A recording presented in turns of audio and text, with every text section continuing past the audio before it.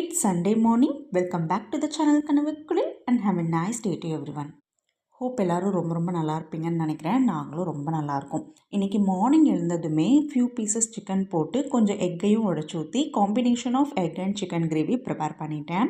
சிலருக்கு உடச்சி ஊற்றின முட்டை குழம்பு பிடிக்கும், சிலருக்கு பாயில் பண்ணி போட்டால் தான் பிடிக்கும். உங்களுக்கு எந்த மாதிரி பிடிக்கும்னு சொல்லி மறக்காமல் கமெண்ட்ஸில் மென்ஷன் பண்ணுங்கள்.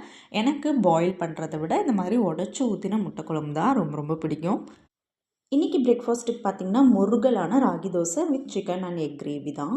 நெக்ஸ்ட் வீக்லேருந்து நார்மல் ஸ்கூல் ரொட்டீன் ஸ்டார்ட் ஆகிடும். நிறைய லஞ்ச் பாக்ஸ் ரெசிபிஸ் நம்ம வீடியோவில் நான் போஸ்ட் பண்ணலான்னு பிளான் பண்ணியிருக்கேன். உங்களுக்கு இன்ட்ரெஸ்டடாக இருந்தீங்கன்னா நம்ம சேனலை சப்ஸ்கிரைப் பண்ணி ஃபாலோ பண்ணிக்கோங்க. மார்னிங்கே கிரேவி ப்ரிப்பேர் பண்ணிட்டேன் அப்படிங்கிறதுனால பிரேக்ஃபாஸ்ட்டை முடிச்சுட்டு ஒரு 12 வரைக்கும் நான் கிச்சன் பக்கமே வரல.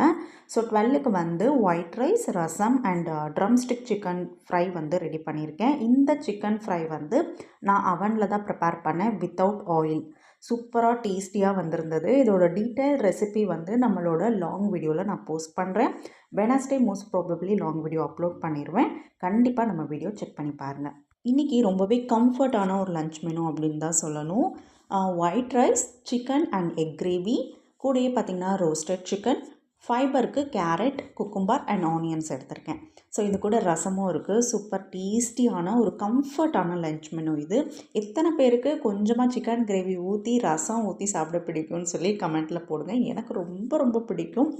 ஈவினிங் பார்த்திங்கன்னா எனக்கு பஜ்ஜி சாப்பிடணும் போல் ஒரு கிரேவிங் வந்துருச்சு. இங்கே ஒரு ஸ்பைசியான ஒரு சிப் வெரைட்டி கிடைக்குங்க. அதை வாங்கிட்டு வர சொல்லியிருந்தேன். பட் ஷாப்பில் இல்லைன்னு சொல்லி ஹஸ்பண்ட் மார்னிங் வாங்கலை.